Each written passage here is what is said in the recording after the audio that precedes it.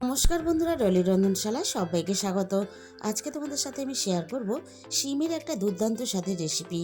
আর এইভাবে শিম রান্না করলে নিজের খিদের থেকে এক মুঠো ভাত যেমন বেশি খাবে, তেমনই কিন্তু রুটি দিয়ে খেলে একটা রুটি বেশি খাবে। এটা কিন্তু আমি গ্যারেন্টি দিয়ে বলতে পারি। তাছাড়া রান্নাটা করা খুবই সহজ। রান্নাটা করা যতটা সহজ, খেতে কিন্তু তার থেকে হয় দ্বিগুণ বেশি ভালো। আর এই রান্নার জন্য আমি বেশ কিছুটা শিম নিয়ে নিয়েছি। শিমের দু সাইডের আঁশগুলো ফেলে দিয়ে আমি মাঝখান থেকে সমস্ত শিমগুলোকে দু টুকরো করে কেটে নিলাম। বন্ধুরা, তোমরা হয়তো শিমের অনেক রকমের রেসিপি বানিয়ে খেয়েছো, তবে শীতের শিম শেষ হয়ে যাওয়ার আগে অবশ্যই এই রেসিপিটা একবার হলেও ট্রাই করো। না হলে কিন্তু সারা বছর আফসোস করতে হবে, কারণ এতটাই খেতে ভালো হয়। প্রথমে আমি এই রান্নার জন্য একটা মশলা বানিয়ে নেব। তার জন্য কড়াইটা হালকা একটু গরম করে নিয়ে আন্দাজ মতো আমি 1 চামচ দিয়ে দিলাম কালো জিরে, আর সাথেই দিয়ে দিলাম 6 কোয়া রসুন। এবার আমি এখানে দিয়ে দেব বেশ কিছুটা ধনেপাতার ডাঁটি।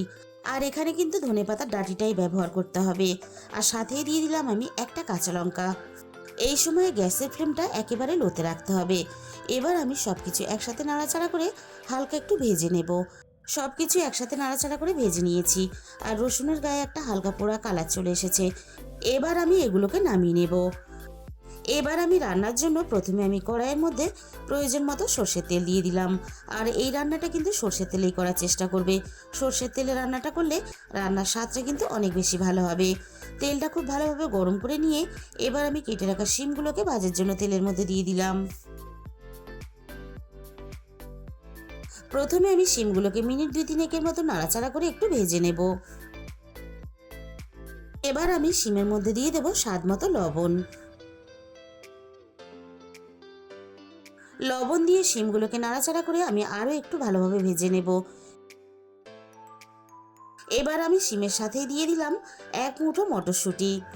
তবে মটরশুঁটিটা পুরোপুরি অপশনাল, তোমরা চাইলে দিতেও পারো, নাও দিতে পারো।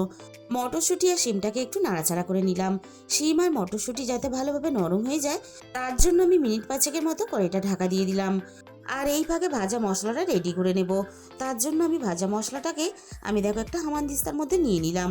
আমি এবার এগুলোকে হালকা একটু থেতো করে বেটে নেব। আবারও আমি রান্নার দিকে চলে এসেছি। এবার আমি কড়াই থেকে ঢাকাটাকে সরিয়ে নিলাম। শিম আর মটরশুঁটি আমি আরও মিনিট 2 মতো একসাথে ভেজে নেব। আর শিমের মধ্যে দেখো একটা সুন্দরভাবে সিদ্ধ ভাব চলে এসেছে। শিম আর মটরশুঁটি আমি একসাথে খুব ভালোভাবে ভেজে নিয়েছি। এবার আমি ভাজা শিম আর মটরশুঁটিগুলো কড়াই থেকে নামিয়ে নেব।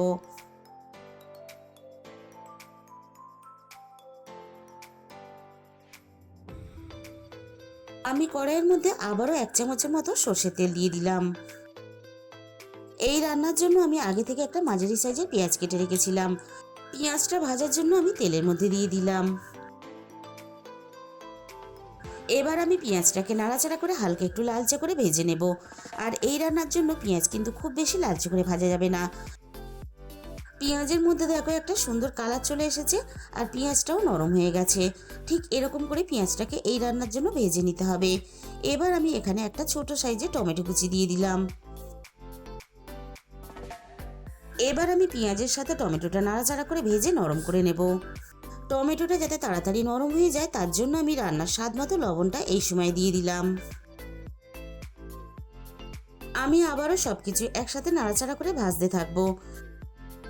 মিনিট 3-4 মতো নাড়াচাড়া করে আমি সবকিছু একসাথে খুব ভালোভাবে ভেজে নিয়েছি। টমেটোটা বেশ ভালোভাবে নরম হয়ে গেছে। এই রান্নার জন্য আমি আগে থেকে একটা আলু সিদ্ধ করে রেখেছিলাম। হাত দিয়ে আমি আলুটাকে এভাবে একটু ভেঙে দিলাম। এবারে আমি আলুটাকে সবকিছুর সাথে একটু নাড়াচাড়া করে ভেজে নেব। এবারে আমি রান্নার মধ্যে অল্প একটু জল দিয়ে দেব, যাতে রান্নার গুঁড়ো মশলাগুলো দেওয়ার সাথে সাথে পুড়ে না যায়।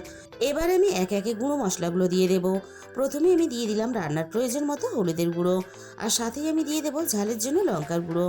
আর এই রান্নাটা কিন্তু একটু ঝাল ঝাল হলে খেতে ভালো লাগবে, তবে ঝালের পরিমাণটা অবশ্যই নিজের স্বাদ মতো ব্যবহার করবে। দিয়ে দিলাম রান্নার প্রয়োজন মতো জিরে গুঁড়ো, আর দিয়ে দিলাম রান্নার প্রয়োজন মতো ধনে গুঁড়ো। আর সবশেষে আমি এখানে ভাজা মশলাটাকে দিয়ে দিলাম। আর দেখো সবকিছু কিন্তু আমি একটু দানা রেখে থেতো করে নিয়েছি। এইভাবে কিন্তু একটু থেতো করে নিতে হবে। এবার আমি মশলা, আলু সবকিছু একসাথে খুব ভালোভাবে একটু সময় নিয়ে কষিয়ে নেব। মিনিট 3-4 মতো আমি সব কিছু একসাথে নাড়াচাড়া করে খুব ভালোভাবে কষিয়ে নিয়েছি।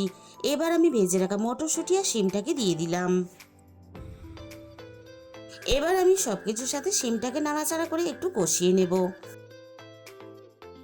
মিনিট 2-3 মতো আমি শিমটা সব কিছুর সাথে নাড়াচাড়া করে কষিয়ে নিয়েছি। এবার আমি রান্নার প্রয়োজন মতো অল্প একটু জল দিয়ে দেব, তবে খুব বেশি জল দেওয়ার দরকার নেই। রান্নাটা যেহেতু একটু মাখা মাখা হবে, তাই খুব বেশি জল দেওয়ার প্রয়োজন নেই। এবার আমি গ্যাসের ফ্লেমটা লো টু মিডিয়ামে রেখে শিমটা আরও ভালোভাবে সিদ্ধ হওয়ার জন্য কড়াইটা ঢাকা দিয়ে দিলাম। মিনিট 5-6 মতো আমি রান্নাটা খুব ভালোভাবে করে নিয়েছি। এবার আমি কড়াইয়ের ঢাকাটাকে সরিয়ে নিলাম। শিম খুব ভালোভাবে সিদ্ধ হয়ে গেছে। এবার আমি শিমগুলোকে খুন্তি দিয়ে এভাবে একটু ঘেঁটে দেব। যতটা সম্ভব শিম ঘাঁটা যায় সেইভাবেই কিন্তু আমি ঘেঁটে দিয়েছি। আর রান্নাটা দেখো বেশ মাখা মাখা হয়েছে। ঠিক এরকম করেই রান্নাটা করে নিতে হবে। এবার আমি এখানে দিয়ে দিলাম 1 মুঠো ধনেপাতা কুচি। বন্ধুরা, একদিন হলো তোমরা শিমের এই রেসিপিটা বাড়িতে অবশ্যই ট্রাই করে দেখো। আর তোমাদের কেমন লেগেছে অবশ্যই আমাকে কমেন্টের মাধ্যমে জানিও। তাহলে বন্ধুরা, আজকের এই রেসিপিটা শেষ পর্যন্ত দেখার পরে তোমাদের যদি ভালো লেগে থাকে তাহলে ভিডিওতে একটা লাইক, শেয়ার আর কমেন্ট করে দিও। আর যে সমস্ত নতুন বন্ধুরা এখনও পর্যন্ত আমার চ্যানেলটাকে সাবস্ক্রাইব করনি, এরকম নিত্য নতুন ঘরোয়া রেসিপি পেতে আমার চ্যানেলটাকে সাবস্ক্রাইব করে আমার পাশে থাকার অনুরোধ রইল। আর তার সাথে পাশে থাকা বেল আইকনটা ক্লিক করে অল করে দিও। তাহলে আমি যখনই কোনো নতুন রেসিপি আপলোড করব সবার আগে তোমার কাছে পৌঁছে যাবে। আর তোমাদের মূল্যবান সময় দিয়ে রেসিপিটা দেখার জন্য তোমাদের সবাইকে অসংখ্য ধন্যবাদ।